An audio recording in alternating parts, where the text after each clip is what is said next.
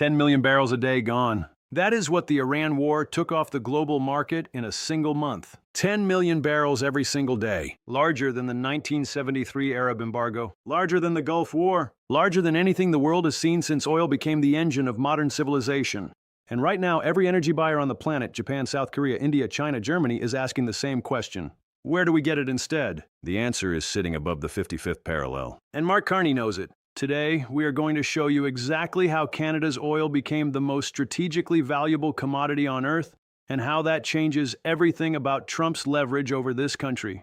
Because here is the part that will surprise you. The more desperate the world gets for Canadian oil, the less power Washington has. And that shift is happening right now, faster than anyone predicted. Let's start with the numbers because they are staggering. When the United States and Israel launched strikes on Iran in March, the Iranian government closed the Strait of Hormuz. That single choke point, a narrow waterway between Iran and Oman, carries approximately 20% of the world's seaborne oil. In a normal month, 14 million barrels of oil pass through it every day. In March, the IEA reported that global oil supply plummeted by 10.1 million barrels per day. To put that in context, that is more than the entire daily oil output of Saudi Arabia wiped off the market in 30 days. The price response was immediate. WTI crude surged past $97 per barrel this week, a weekly gain of 13 to 17%. Physical crude prices in Asia hit record levels near $150 per barrel. Refined products went even higher. Middle distillate prices in Singapore reached all-time highs above $290 per barrel. The IEA called it the greatest disruption in history. And they warned even if the Strait of Hormuz reopens tomorrow,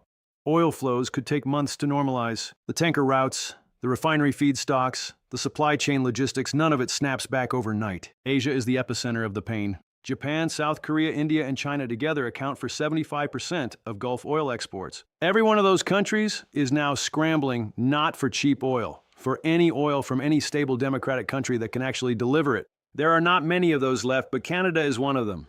Here is what Canada looks like right now to an energy buyer in Tokyo or Seoul or Mumbai. Canada is the world's fourth largest oil producer. Daily production is at a record 5.3 million barrels. The Trans Mountain Pipeline running from Alberta to the West Ridge Marine Terminal in Burnaby, BC is at over 90% capacity. 2/3 of everything flowing through that pipeline is going directly to Asia-Pacific markets, not to the United States, to Asia. That is not a statistic from 5 years ago. That is what is happening right now, this week. While the Strait of Hormuz stays largely closed and the world's energy markets are in free fall, and there is more. The discount that Canada used to accept for its oil, a penalty for being landlocked for having no choice but to sell at American refineries, is shrinking. Before Trans Mountain expanded, Canadian heavy crude traded at a discount of 15 to 20 US per barrel below the benchmark. By June 2025, that discount had narrowed to under 10. As Asian demand for Canadian crude grows, that number keeps falling. Every dollar that discount narrows is a dollar that flows into Canadian government revenues, Canadian pension funds, Canadian communities, your retirement, your savings, the services your province can afford to provide. This is not abstract geopolitics. This is money in Canadian hands instead of American ones. Now, here is the part that Washington does not want to talk about. For decades, the logic of Canadian energy was simple. Alberta produced oil. That oil had nowhere to go except south. American refineries in the Midwest on the Gulf Coast were the only realistic customers. Canada had to sell at whatever price they offered, and Washington knew it. That dependency was Trump's leverage. When he threatened tariffs, when he called Canada the 51st state, when he demanded concessions before CUSMA talks could begin. The implicit threat underneath all of it was, you need us more than we need you. And for Canadian oil, that used to be true. It is no longer true. And the Iran war just made it less true than it has ever been. As of this week, Asian buyers are offering premium prices for Canadian crude, not discounted prices. Premium prices because the alternative Middle Eastern oil through a war zone is either unavailable or priced at record highs that make Canadian crude look cheap by comparison.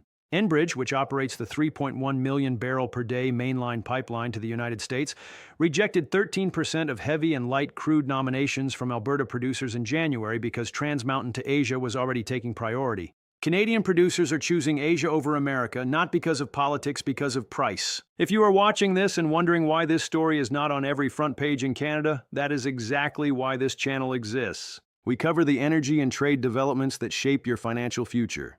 If that matters to you, a subscription costs nothing and means you will not miss what comes next in this story.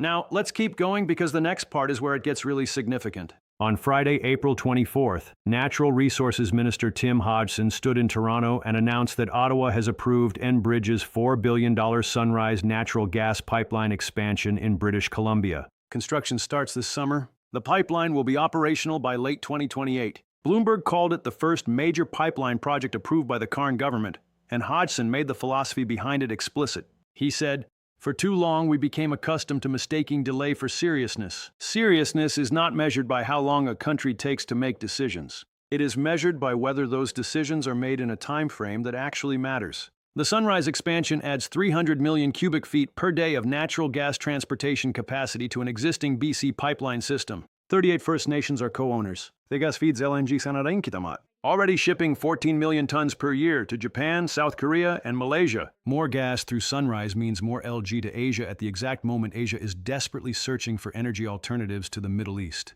Enbridge CEO Greg Ebel said the Sunrise expansion supports Canada's energy superpower ambitions. Energy analyst Heather Exner-Piro called it an easy win. Natural Gas BC support Indigenous ownership, no tanker moratorium complications. She added something telling: in the next 10 to 15 years, Canadian natural gas is going to be very important to the American natural gas story as well. America needs Canadian gas too, and Canada just approved more of it aimed at Asia first.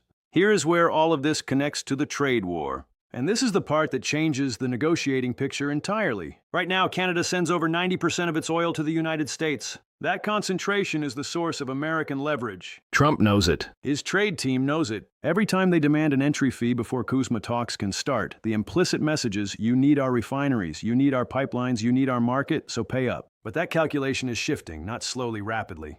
And the Iran war just hit the accelerator. Every barrel of Canadian oil that reaches an Asian refinery is a barrel that no longer needs an American buyer. Every cubic foot of Canadian gas that reaches an LNG terminal and sails to Japan is a unit of energy that weakens Washington's position at the negotiating table. Canada is not threatening to cut off American oil. Canada is simply building alternatives, and alternatives are leverage. Carney has 68 days until the CUSMA deadline of July 1st.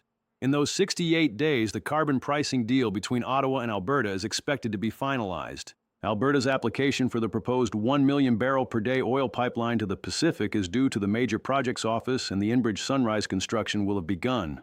Each of those events makes Canadian oil more valuable to Asia and less dependent on America. Each one arrives at the negotiating table before Trump's deadline. That is not an accident. That is a strategy. Now here is the number that nobody's talking about, and it should be on the front page of every newspaper in this country. For decades, the price discount on Canadian oil, what economists call the Western Canada Select Differential, averaged 15 to 20 US per barrel below the American benchmark. That discount was Canada's punishment for dependence, for having no other customer, for needing America more than America needed Canada. In June 2025, that discount narrowed to $9.95 per barrel, the lowest since 2020. As Trans Mountain sends more Canadian crude to Asia, and as Asian buyers compete for Canadian barrels, that discount keeps shrinking. Now do the math. Canada produces 5.3 million barrels of oil per day. For every dollar that discount narrows, for every dollar closer to world price that Canadian oil gets, that is $5.3 million per day flowing into Canadian hands instead of being left on the table for American refiners.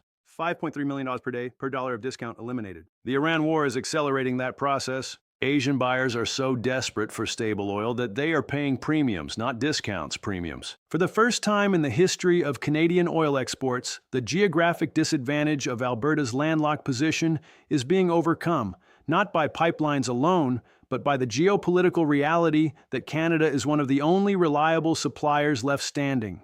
Trump thought tariffs would make Canada desperate. Instead, the world made Canada essential. Let's look at what is coming in the next 60 days. Because the pipeline of developments is as full as Trans Mountain itself. The carbon pricing deal between Ottawa and Alberta is expected within 2 weeks. Once signed, it unlocks the formal application process for the proposed new oil pipeline to the Pacific coast. 1 million additional barrels per day aimed at Asian markets. Alberta must submit that application to Ottawa's Major Projects Office by July 1st.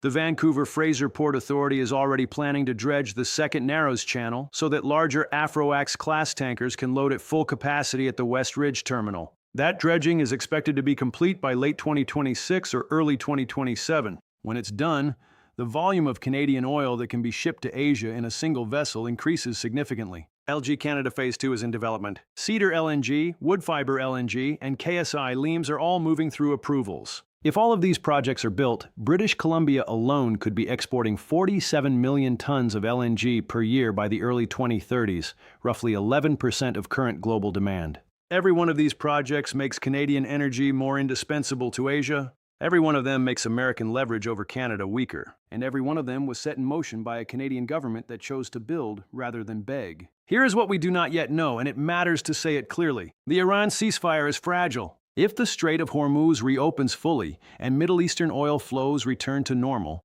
some of the premium pricing for Canadian crude will ease. The window of maximum opportunity may be shorter than it appears. The new 1 million barrel per day pipeline has no private proponent yet. The July 1st submission is a planning application, not a construction start. This project is years away from completion. Even if everything goes perfectly, and 90% of Canadian oil still goes to the United States today. The diversification is real and accelerating, but it is not complete. Canada is not yet free of American market dependence. It is building toward that freedom. There is a difference. Here is the bottom line. The Iran war created the largest oil supply disruption in history. 10 million barrels a day gone. Asia is scrambling. The world is paying premium prices for stable democratic oil. And Canada, with record production, Trans Mountain running hot, a new pipeline approved this week, and 68 days until the CUSMA deadline, is the most strategically positioned energy nation on Earth. Trump thought tariffs would put Canada on its knees. He thought dependency was permanent. He thought Canada had nowhere else to go. He was wrong, and the world just proved it. Every barrel Canada sends to Asia is a message. Every pipeline approved is a message. Every dollar of discount that disappears is a message. The message is simple. Canada does not need to beg. Canada has something the world needs. And Canada is choosing who gets it. That is leverage. Real leverage. Built barrel by barrel, pipeline by pipeline, deal by deal. Subscribe to Canada tomorrow for every update on this story as it develops. Hit the bell. Share this with someone who needs to understand what is really happening to Canada's energy future and why it matters to every Canadian savings, retirement, and security. Thank you for watching. Stay informed. Stay Canadian.